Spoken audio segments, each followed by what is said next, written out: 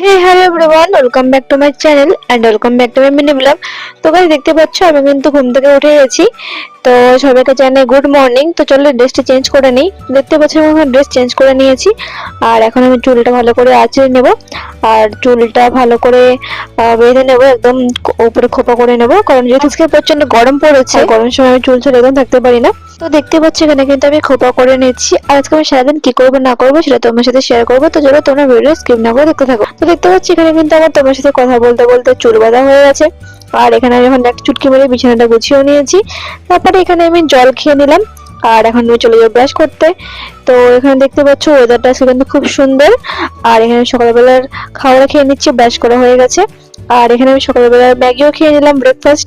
তো তারপরে আমি 10টা বেজে গেছিল, তো তখন আমি খেয়ে নিলাম পেয়ারা আর বিটরুট, এটা আমি রোজই খাই, তো আজকে খেয়ে নিলাম। তারপরে আমি চলে যাচ্ছি এখন স্নান করতে, যেহেতু আমার 12টা 12:30 বেজে গেছিলো। তো এখন আমি চলে যাবো স্নান করতে। তো স্নান করে আসি চলো, তারপর তোমার সাথে আবার দেখা হচ্ছে। তো দেখতে পাচ্ছি এখানে আমি স্নান টান করে চলে এসেছি আর এখন আমি চুলটা ভালো করে ড্রাই করে নিচ্ছি তোয়ালাটা দিয়ে। আর চুলটা এখন ভালো করে তোয়ালাটা দিয়ে ভিজিয়ে রাখবো আর তারপর করবো আমি স্কিন কেয়ার। দেখতে পাচ্ছ এখানে কিন্তু স্কিন কেয়ার সব প্রোডাক্টগুলো আমি সাজিয়ে নিচ্ছি আর এখানে আমার স্কিন কেয়ার করা কমপ্লিট হয়ে গেছে। এবার আমি বসে আছি খাওয়ার অপেক্ষায় যে কখন মা খেতে দেবে। তো এখানে দেখো আমি মা কিন্তু খাবার দিয়ে দিয়েছে। আজকে খাবারগুলো বেশ খুব সুন্দর রান্না করেছিল মা। তো কি কি রান্না করেছিল তোমার সাথে দেখিয়ে দিলাম, ফ্রাইড রাইস, পনির আর স্যালাড। তো তারপর খাওয়া দাওয়ার পর এখানে খেয়ে দিলাম মোটকাতিরা। এটা আমি রোজ 10টার খাওয়ার পরে খাই, বাট আজকে দেরি হয়ে গেছিল জন্য দুপুরবেলা খেলাম।